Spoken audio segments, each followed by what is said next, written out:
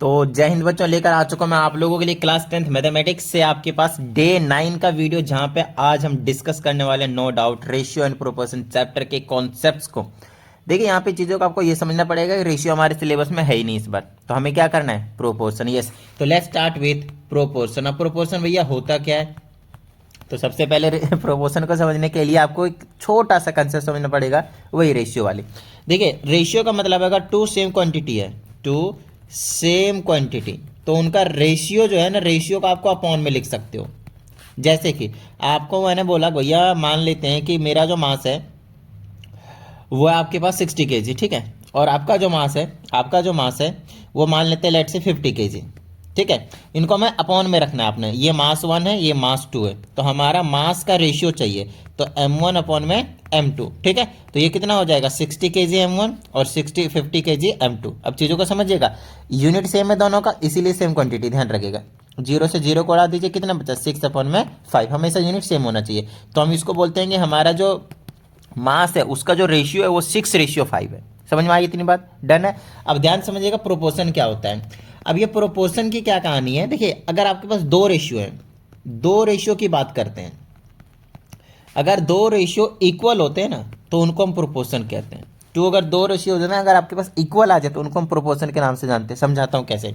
जैसे मैंने बोला ए और बी अपॉन में है, मतलब वो रेशियो में है वो, और एक और रेशियो जैसे सी अपॉन में डी, अपॉन में तो रेशियो है, और अगर ये इक्वल आ जाए तो इसी चीज को हम कहते हैं क्या, प्रोपोर्शन। ठीक है, मैं समझाता हूँ। इसको आप ऐसे लिख सकते हैं, ए रेशियो बी, कोई दिक्कत वाली बात नहीं है। इस इक्वालिटी को हम बोलते हैं प्रोपोर्शन, तो इसको हम इस वाले सिंबल से रिप्रेजेंटेशन देते हैं। अगेन सी रेशियो डी, बताइए ये हुआ आपके पास रिप्रेजेंटेशन, जिसमें जिसमें आपके पास ये जो ए होता है उसे हम बोलते हैं भैया फर्स्ट टर्म, ठीक है। इसको बोलते हैं सेकेंड टर्म, अब ये किसे नहीं पता भैया, इसको बोलते हैं थर्ड टर्म। सबके आगे लास्ट में आपके क्या लगाना है, थर्ड टर्म लगा लेना है, ठीक है। This is your fourth term. बताइए किसी भी तरह की कोई प्रॉब्लम नहीं ना, ठीक है, ओके। नेक्स्ट, जिसमें आप इस डी को एक पर्टिकुलर नाम बोलेंगे, जिसको हम बोलेंगे फोर्थ प्रोपोर्शनल। क्या बोलेंगे हम इसको, फोर्थ प्रोपोर्शनल। गॉट इट, ठीक है, ओके ग्रेट। जहां पे आपके पास A and D are called extremes. अब एक्सट्रीम्स का मतलब क्या होता है, जो लास्ट में होते हैं, या तो स्टार्टिंग में होते हैं या तो लास्ट में होते हैं, ठीक है ना, बिल्कुल एक्सट्रीम्स पोजीशन पे, एंड पोजीशन पे होते हैं। तो आप एक पे नजर मारिए एक बार, और एक बार आप डी पे नजर मारिए। यहाँ पे देखेंगे तो ए और डी के हैं आपके पास, एक्सट्रीम्स हैं। समझ में आ गई इतनी बात, डन है, ठीक है, ओके ग्रेट। तो सर बी और डी को क्या बोलेंगे, नो डाउट बी और डी को हम बोलेंगे मीन। बीच वाले टर्म्स को क्या बोलेंगे हम, मीन। बी एंड डी नहीं, सॉरी बी एंड सी को, तो बी एंड सी को क्या बोलेंगे हम, मीन बोलेंगे। समझ में आ गई इतनी बात बीच वाले को, ओके ग्रेट। नेक्स्ट है हमारे पास इसी में ही एक बिल्कुल छोटा सा कंसेप्ट, जैसे कि मैंने आपसे बोला कि A ratio B is proportional to C ratio D, then also you can write this like this, A upon B is equal to C upon B, C upon D, okay great. अब इसको cross multiply कीजिए, तो A multiply D हो जाएगा और is equal to B multiply C हो जाएगा। अब आप देखें तो ये कुछ और नहीं है, this is called product of extremes. क्या कहेंगे हम इसको, प्रोडक्ट ऑफ एक्सट्रीम्स, और इसको हम क्या कहेंगे, प्रोडक्ट ऑफ मीन्स। बोलिए हाँ या नहीं, बिल्कुल सही बात से, एकदम गजब बता दिया आप हमको। चलिए आगे की बात कर लेते हैं हम। यहाँ पे एक छोटा सा कंसेप्ट डिस्कस करेंगे जो कि बहुत बहुत बहुत ही ज़्यादा इंपॉर्टेंट होने वाला है आप लोगों के लिए, and that is called geometric mean. That is called geometric mean, या फिर आप इसे मीन प्रोपोर्शन के नाम से जानेंगे भैया। तो मीन प्रोपोर्शन आप ज़्यादा वर्ड यूज करेंगे नो डाउट, ठीक है। तो मीन प्रोपोर्शन आपको मेन चीज़ समझ लीजिए कि हमें मीन प्रोपोर्शन समझना है। ज्योमेट्रिक मीन समझेंगे हम किस में, ज्योमेट्रिक प्रोग्रेशन में, सेम एक ही चीज़ होती है, टेंशन मत लीजिए, ठीक है, ओके ग्रेट।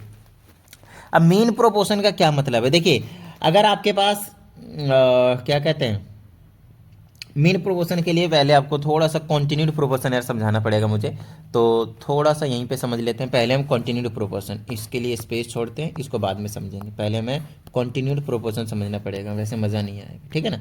चलिए तो पहले कॉन्टिन्यूड प्रोपोर्शन को समझते हैं। अभी जो मैंने आप लोगों को समझाया ना, वो कॉन्टिन्यूड प्रोपोर्शन नहीं था, वो एक सिंपल प्रोपोर्शन था।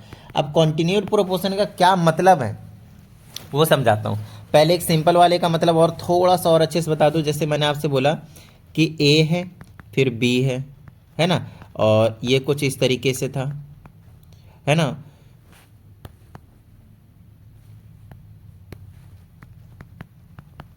ओके, मैंने आपको एक अलग तरीके से बोल रहा हूँ, A B C and D are in proportion. अब चीज़ों को समझिए, आपसे मैंने सिर्फ इतना बोला कि ए बी सी डी जो है प्रोपोर्शन में है, तो आप इसको सीधा ऐसे लिखेंगे, A ratio B proportion C ratio D. बिल्कुल वही चीज़, अभी तक कुछ भी अलग नहीं बताया मैंने आपको, ठीक है। अब चीज़ों को समझिएगा यहाँ पे कि हो क्या रहा है, ठीक है। अब चीज़ों की समझना ये है कि आप इसको ऐसे भी लिख सकते हैं, A upon B is equal to C upon में डी, ठीक है। ओके, यहीं पे अब ए बी सी से थोड़ा हट के लेकर जा रहा हूँ, A B C D E F तक लेकर चला गया मैं आपको। अब आप इसको कैसे लिखेंगे, ए अपॉन बी लिखेंगे, फिर सी अपॉन में डी लिखेंगे, फिर ई अपॉन में एफ लिखेंगे। पहले दो का रेशियो इज इक्वल टू दूसरे दो का रेशियो इज इक्वल टू तीसरे तीन दोनों का रेशियो, इस तरह से आप लिखेंगे। ये वो सिंपल प्रोपोर्शन, लेकिन कॉन्टिन्यूड में क्या खास है बताएं, चलो बताता हूँ। चलो कॉन्टिन्यूड प्रोपोर्शन को समझते हैं। कॉन्टिन्यूड प्रोपोर्शन में खास है, अगर आपसे बोला A B and C are in continued proportion, तो आप इसको ऐसे लिखेंगे, A upon B is equal to, ध्यान समझिएगा बहुत अच्छे तरीके से, बी अपॉन सी। आई हाय, देखिए समझिएगा, जिससे हमने यहाँ पे एंड करा उसी से हमने यहाँ पे शुरू किया। यहाँ पे तीन ही था, अब आप यहाँ पे सोच रहे हैं कैसे करें भाई, देखिए यहाँ पे तीन ही था ना, इसको ए अपॉन में बी लिखते थे, यहाँ पे सी अपॉन में कुछ नहीं बचा आपके पास।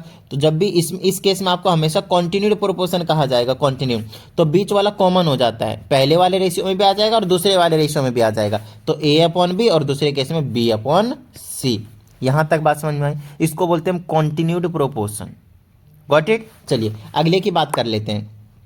अगर मैं बोलता हूं A B C and D are in continued proportion, ये चारों कॉन्टिन्यूड प्रोपोर्शन में, तब आप इसको कैसे लिखेंगे, ए अपॉन बी, फिर स्टार्ट किसे करेंगे, बी अपॉन सी, फिर स्टार्ट किसे करेंगे, सी से, तो सी अपॉन में डी, खत्म। डी से स्टार्ट करेंगे तो और कुछ अगला है कि नहीं कि अपॉन में लिखेंगे, तो यहीं पे खत्म हो गया। नेक्स्ट, अगर मैंने आपसे बोला ए बी सी डी ई तक कॉन्टिन्यूड प्रोपोर्शन में, तो पहला होगा आपके पास ए अपॉन बी, फिर बी अपॉन सी, फिर सी अपॉन डी, फिर डी अपॉन ई। बताइए किस तरह की कोई प्रॉब्लम यहाँ तक, डन है, क्लियर है, ओके ग्रेट। तो ये जो चीज़ था ना भाई साहब, एकदम जबरदस्त मजा आने वाली चीज़ थे, एक नंबर की चीज़ है ये, बहुत अच्छे तरीके से समझिएगा, ठीक है ना। जिसमें अगर आपसे बोला जाए A B and C are in continued proportion, A B C are in continued proportion, तो आप इसको यहाँ पे एक बहुत ही अच्छे तरीके से समझिएगा, मैं क्या समझाने वाला हूँ। यहाँ पे ये जो सी है ना, सी, उसको आप थर्ड प्रोपोर्शन कह सकते हो, थर्ड प्रोपोर्शनल, कॉन्टिन्यूड में है, थर्ड प्रोपोर्शनल कह सकते हो। हाँ, आप A ratio B proportion B ratio C बोलेंगे, तब जाकर सी जो है वो ए बी पे फोर्थ प्रोपोर्शनल बनेगा। लेकिन आप ए बी सी को अगर कंटिन्यू बोल दिया तो उसे आप हमेशा क्या बोलेंगे, थर्ड प्रोपोर्शनल बोलेंगे। यहाँ तक समझ में आई बात, ठीक है ना। अभी मैं आप लोगों को इस वीडियो में क्वेश्चंस नहीं करवा रहा हूँ, क्वेश्चंस वाली वीडियो आपकी अगली आएगी, तो ज़्यादा टेंशन लेने की जरूरत नहीं है, ठीक है ना। यहाँ तक बहुत ही अच्छे तरीके से समझ लीजिए, मज़ा सा आने वाला है। चलिए अब हम यहाँ पे आ जाते हैं वापस अपने टॉपिक पे, जो था हमारे पास ज्योमेट्रिक मीन, जो आपसे कह रहा था कि आपको समझने के लिए कॉन्टिन्यूड प्रोपोर्शन समझना पड़ेगा। आपको कॉन्टिन्यूड प्रोपोर्शन समझा दिया, अब आइए हम ज्योमेट्रिक मीन को समझते हैं। देखिए ज्योमेट्रिक मीन जो होता है वो कॉन्टिन्यूड प्रोपोर्शन के लिए होगा, कॉन्टिन्यूड प्रोपोर्शन के लिए होगा, ठीक है, ये चीज़ ध्यान रखना है। अब कॉन्टिन्यूड प्रोपोर्शन है तो मतलब ए बी और सी लिया मैंने तीन, कॉन्टिन्यूड प्रोपोर्शन में तो आप लिखेंगे A upon B is equal to B upon C, ठीक है ना। बस आगे सुन लीजिए, ये जो बीच वाला था, बीच वाला, ये जो बीच वाला होता है उसी को हम बोलते हैं मीन प्रोपोर्शन, और कुछ नहीं। पहले भी तो सर यही बताए थे, बिल्कुल सही बात है, प्रोपोर्शन। लेकिन पहले वाले केस में क्या था, आपके पास दो दो आ रहे थे, बी एंड सी प्रोपोर्शन, लेकिन इस केस में आपके पास दो दो नहीं, सिर्फ अकेला निकल कर आएगा। अच्छा, बी की वैल्यू आपको निकालना पड़ेगा, यहाँ से क्रॉस मल्टीप्लाई कीजिए तो बी स्क्वायर हो जाएगा, जब इससे इसको करेंगे तो is equal to A into C, तो यहाँ से बी की वैल्यू निकालेंगे तो under root A C, this is called mean proportion की वैल्यू, और कुछ नहीं। बस इतनी सी बात आपको क्या करना है, अपने दिमाग में फिट कर लेना है। कब तक के लिए, हमेशा के लिए भाई, ये ऐसा थोड़ी होता है कि कब तक के लिए, आज कर लिया पेपर तक कर लिया, क्या हमेशा के लिए करना है, ठीक है। चलो आगे की बात करते हैं। आपको एक चीज़ पता ही होगा, मैंने आपसे बोला 2/3 है और फिर से 2/3 है, तो क्या ये दोनों इक्वल हैं? बहुत अच्छी बात है सर, इक्वल है। अच्छा, अगर मैं इनका रेसिप्रोकल ले लूँ, टेकिंग रेसिप्रोकल बोथ साइड, ठीक है ना, लिख लीजिएगा पूरा, टेकिंग रेसिप्रोकल बोथ साइड, तो ये क्या हो जाएगा 3/2 हो जाएगा, ये भी 3/2 हो जाएगा भाई, दोनों साइड ऊपर नीचे कर दिया मैंने। क्या ये पहले इक्वल थे? हाँ सर थे। क्या अब ये इक्वल है? हाँ सर बिल्कुल है, कोई टेंशन वाली बात नहीं है, बिल्कुल है, क्या टेंशन आ रही है, समझ रहे हो ना। तो ये क्या है, इसी को हम क्या कहते हैं, इनवर्टेंडो कहते हैं, क्या कहते हैं हम इसको, इन्वर्टेंडो कहते हैं। चलिए अभी फिलहाल जो मैं बताने वाला हूँ वो आपको मैं बता रहा हूँ सम यूजफुल प्रॉपर्टीज़, एक तरीके से प्रॉपर्टीज़ हैं, रिजल्ट्स हैं किस पे, ऑफ प्रोपोर्शन। तो प्रोपोर्शन, रेशियो एंड प्रोपोर्शन कह लीजिए पूरा। तो ये बड़ा ही इंपॉर्टेंट है, बड़ा ही इंपॉर्टेंट पार्ट है। और इन सब में जो सबसे ज़्यादा इंपॉर्टेंट पार्ट है वो आपके पास है कॉम्पोनेंडो एंड डिविडेंडो। तो वो एक जिंदगी है भाई, वो एक अलग ही लेवल की चीज़ है। तो बहुत अच्छे तरीके से समझिएगा, ठीक है। तो पहला मैंने आपको समझाया इन्वर्टेंडो। क्या समझाया मैंने आपको, इन्वर्टेंडो। इन्वर्टेंडो में क्या होता है, दो रेशियो जब इक्वल होते हैं, मतलब प्रोपोर्शन की बात कर रहे हैं, तो आपको कुछ नहीं करना, ऊपर नीचे कर देना है। क्या करना है आपको, ऊपर नीचे कर देना है, रेसिप्रोकल ले लेना। इसको हम इन्वर्टेंडो कहते हैं, हमेशा वो इक्वल ही रहेंगे। दूसरी प्रॉपर्टी होती है ऑल्टरनेंडो। ऑल्टरनेंडो में क्या करना होता है, दो रेशियो इक्वल होते हैं, मतलब वो प्रोपोर्शन होते हैं, तो इनको आप क्रॉस कर सकते हैं, इससे इसको कर सकते हैं, तो ये आ जाएगा ए अपॉन में सी और इज इक्वल टू में बी अपॉन में डी। या फिर आप ऐसे भी कर सकते हैं, कोई दिक्कत नहीं है। तो डी अपॉन में बी इज इक्वल टू क्या आ जाएगा आपके पास, डी अपॉन में डी यहाँ पे चला गया तो ए यहाँ पे आ जाएगा, तो सी अपॉन में ए आ जाएगा, उससे कुछ फर्क नहीं पड़ेगा, आप दोनों तरफ से कर सकते हैं बिंदास। इसको हम बोलते हैं ऑल्टरनेंडो। समझ में आ गई इतनी बात। चलिए तीसरे की बात करते हैं हम, कॉम्पोनेंडो की। आई हाय, यहीं से बिल्कुल इंपॉर्टेंस जो होता है वो बहुत ज़्यादा बढ़ जाता है। बहुत अच्छे तरीके से समझिएगा। मान लीजिए फिर से दो प्रोपोर्शन है, ए अपॉन बी और सी अपॉन में डी। आपको डिनोमिनेटर को क्या करना है, उठाना है और न्यूमरेटर में ऐड कर देना है, और कुछ नहीं, सिर्फ इतना। तो ए में क्या कर दीजिए, बी को जोड़ दीजिए भाई, ठीक है ना। समझ में आई इतनी बात। और डिनोमिनेटर को आपको एजिटी छोड़ देना भाई, कुछ नहीं करना।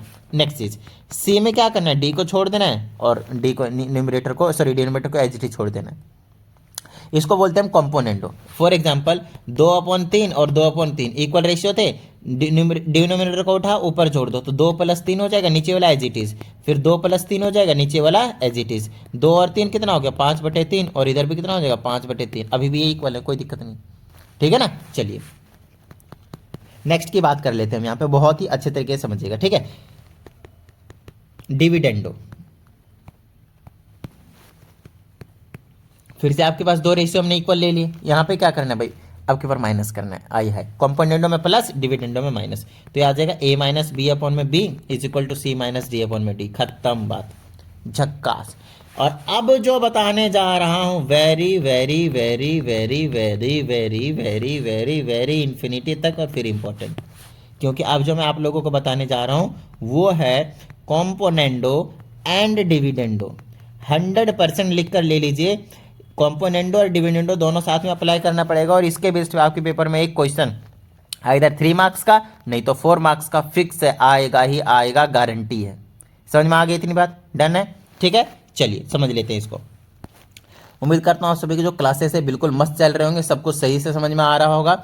और अगर फिर भी किसी को प्रॉब्लम है किसी में, और उनको लगता है कि भाई उनको पर्सनल क्लास की नीड है, ये पर्सनल क्लास की मैं ऑनलाइन क्लास प्रोवाइड करवा सकता हूँ, whenever I will be free, तो उसके लिए आप 74 28 52 56 69 इस व्हाट्सएप नंबर पे अपने मैसेज को छोड़ सकते हैं, वहाँ पे आपको रिप्लाई मिल जाएगा। बट ध्यान रहे क्लासेस पेड होंगे। चलिए नेक्स्ट की बात कर लेते हैं हम, कॉम्पोनेंडो एंड डिविडेंडो। जिंदगी की बात करने जा रहे हैं, फिर से वही दो रेशियो इक्वल होंगे, ए अपॉन में बी और दूसरा सी अपॉन में डी, ठीक है। ओके, अब ये प्रोपोर्शन है। अब इसमें ध्यान से, बिल्कुल बहुत ही ध्यान से, हमें कॉम्पोनेंडो भी अप्लाई करना है और डिविडेंडो भी अप्लाई करना है। चलो भाई कॉम्पोनेंडो अप्लाई करो, तो A plus B is equal to C plus D हो गया, डिनोमिनेटर में चेंज करना है, इसीलिए मैंने डायरेक्टली बी और डी को एज इट इज नहीं छोड़ना होता है। अब की बार बी को माइनस करना है ए से, और उसी ए को नीचे रख लेना है। फिर से समझिए, अच्छे से समझिए, ठीक है। और यहाँ पे भी सी माइनस का डी हो जाएगा। फिर से समझाता हूँ, देखिए रेशियो था आपके पास ए अपॉन में बी, आपको क्या करना है, डिनोमिनेटर को उठाना है, न्यूमरेटर में ऐड कर देना है। तो भाई ये तो कंपोनेंट अप्लाई हो गया ना, यहाँ पे भी डिनोमिनेटर को उठाना है, न्यूमरेटर में ऐड कर देना, कंपोनेंट अप्लाई हो गया। लेकिन भैया हमें तो डिविडेंडो भी तो अप्लाई करना है साथ में, कंपोनेंडो एंड डिविडेंडो। तो डिविडेंडो के लिए क्या करते थे, डिनोमिनेटर को न्यूमरेटर में से सब्ट्रैक्ट करते थे। अच्छी बात है, लो कर दिया, ए माइनस बी आएगा यहाँ से, उसको आपको डिनोमिनेटर में लिखना है, ये एक एक्स्ट्रा काम है और कुछ नहीं। फिर से यहाँ पे सी माइनस डी डिनोमिनेटर में लिखना है, काम खत्म। फॉर एग्जाम्पल अगर मैंने बोला कि इधर एक्स और इधर वाई है, मान लो इधर x/2 है और इधर y/1 है, और मुझे कॉम्पोनेंटो डिविडेंडो दोनों साइड अप्लाई करनी है, तो मैं क्या करूंगा, x+2 और x-2 is equal to y+1 y-1। समझ रहे हो, डिनोमिनेटर को एक बार ऐड कर रहे हो ऊपर लिखे, एक बार सब्ट्रैक्ट कर नीचे लिख रहे हैं, और कुछ नहीं। दिमाग में पल्ले में बैठ गया मेरे हिसाब से। मेरे हिसाब से यहाँ तक आप लोगों को कोई भी प्रॉब्लम नहीं होनी चाहिए, है ना। तो उम्मीद करता हूँ सारी चीज़ें आपको समझ में आ गई। ये थी आपके पास कॉन्सेप्ट की वीडियो। अगले में हम सारे सैंपल पेपर के क्वेश्चन जो है वो प्रीवियस ईयर्स के क्वेश्चन जो है इंपॉर्टेंट क्वेश्चन जो है वो डिस्कस कर लेंगे। तो आप लोगों को ज़्यादा टेंशन लेने की जरूरत नहीं है। चलिए प्रैक्टिस करते रहिएगा, मिलते हैं अगली वीडियो में। जय हिंद।